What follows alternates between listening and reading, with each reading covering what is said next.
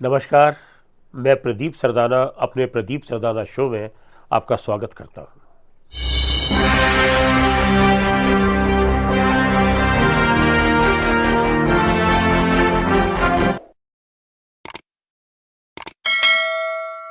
आज मैं बात करूंगा मनोज कुमार यानी भारत कुमार की।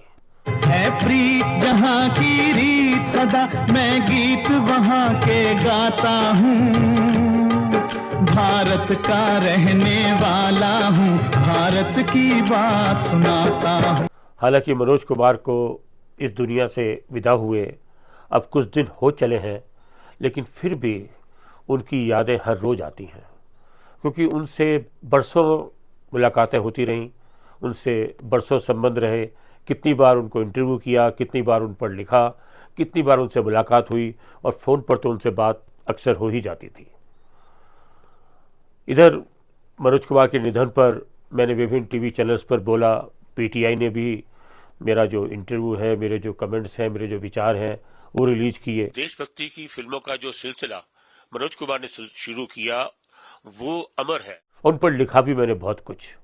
इधर उन पर मैं बहुत कुछ कहना चाहता हूँ, क्योंकि इतनी बातें, इतनी यादें उनके साथ हैं।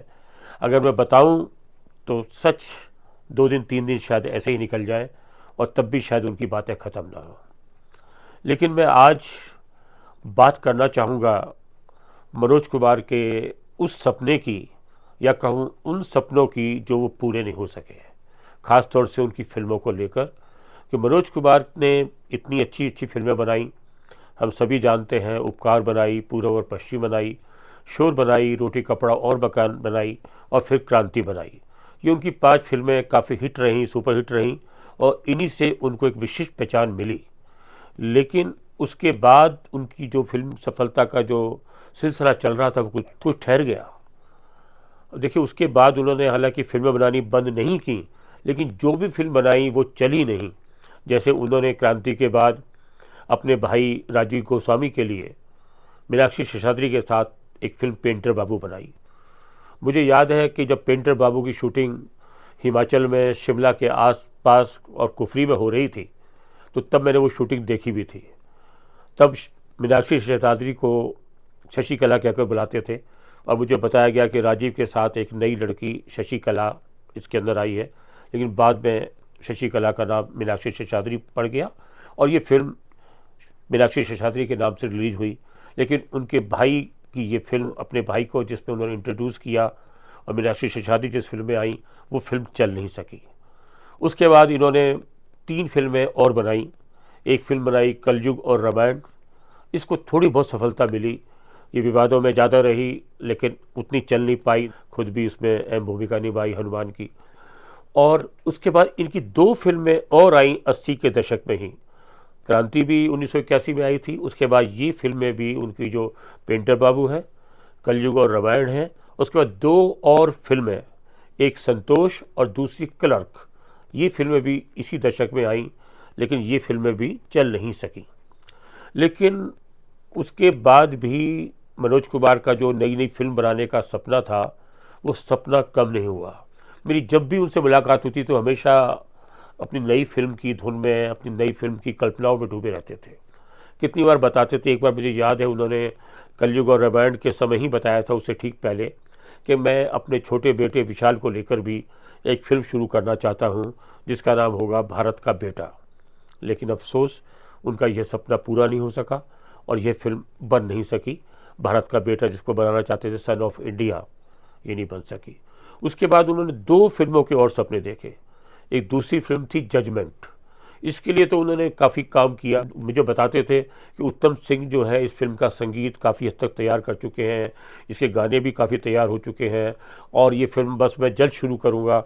लेकिन उनकी कुछ कमर की तकलीफ़ ऐसी रही, उनको कुछ और बीमारियाँ ऐसी रहीं कि इस फिल्म को वो कितना चाह कर भी पूरा नहीं कर सके। उनको जब दादा साहब फाल्के अवार्ड मिला, तब भी उन्होंने मुझे कहा, मुझे दर्शकों का बहुत बड़ा जो उपहार मिला है वो ये मिला है, उनकी कृपाओं से, उनकी शुभकामनाओं से, कि मुझे फाल्के अवार्ड मिला, मुझे सरकार ने भी अवार्ड दिया।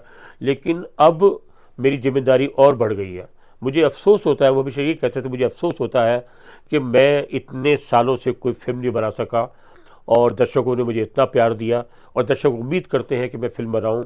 इसलिए अब मुझे लगता है अब मेरी कुछ तकलीफ़ कुछ ठीक हो रही है। वो कहते थे अब मैं कुछ उठकर बैठने लगा हूं, मेरी तकलीफ़ कुछ ठीक हो गई है, तो मैं जजमेंट की शूटिंग जल्द शुरू करूंगा। इसका संगीत तो काफ़ी हद तक उत्तम सिंह तैयार कर ही चुके हैं और इसकी पटकथा भी तैयार है, लेकिन ये फिल्म पूरी नहीं हो सकी। उसके बाद उनका एक और सपना जो काफ़ी दिनों से चल रहा था, एक और फिल्म बनाने का था, वो था आर्यभट्ट पर, महान गणितज्ञ आर्यभट्ट पर वो एक फिल्म बनाना चाहते थे, लेकिन वो फिल्म भी वो नहीं बना सके। यानी उनके जो 3 आखिरी सपने थे इन फिल्मों को लेकर, एक भारत का बेटा, दूसरी जजमेंट और तीसरी जो फिल्म आर्यभट्ट पर थी वो थी, तो ये तीनों सपने उनके पूरे नहीं हो सके। उन्होंने इतना नाम कमाया, इतना शोहरत कमाई, इतने पुरस्कार भी उनको मिले और उनको देखिए निधन के बाद किस तरह पूरा देश याद कर रहा है। और उन्होंने जो देशभक्ति की फिल्मों का एक नया सिलसिला शुरू किया, इतने लोगों ने देशभक्ति की फिल्में बनाई, लेकिन जो मान सम्मान, जो प्रतिष्ठा, जो लोकप्रियता मनोज कुमार को मिली वो किसी और फिल्मकार को नहीं मिल सकी।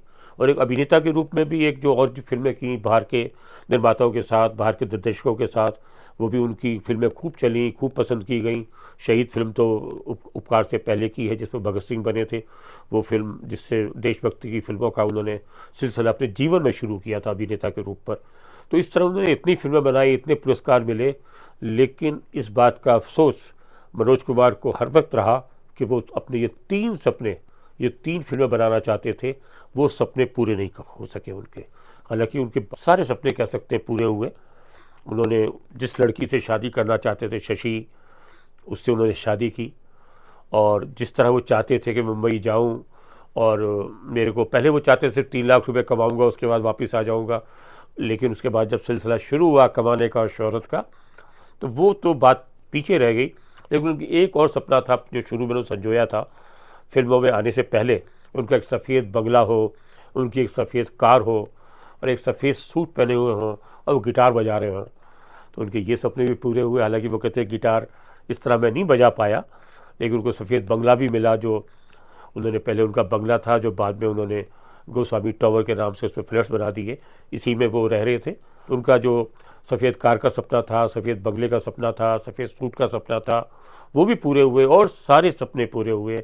लेकिन अफसोस उनकी 3 फिल्मों को जो बनाने का सपना था वो पूरा नहीं हो सका।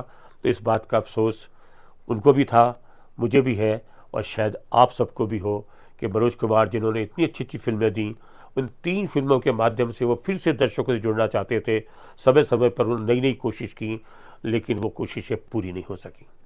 इन रस्मों को, इन कसमों को, इन रिश्ते नातों को मैं ना भूलूंगा। उम्मीद है आपको हमारा ये एपिसोड अच्छा लगा होगा। यदि आपको ये हमारा एपिसोड अच्छा लगा हो, इसको लाइक करें, इस पर कमेंट्स करें, इसको शेयर भी करें और यदि आपने अभी तक हमारा चैनल सब्सक्राइब नहीं किया तो इसको सब्सक्राइब भी कर लें। नमस्कार, धन्यवाद, जय हिंद।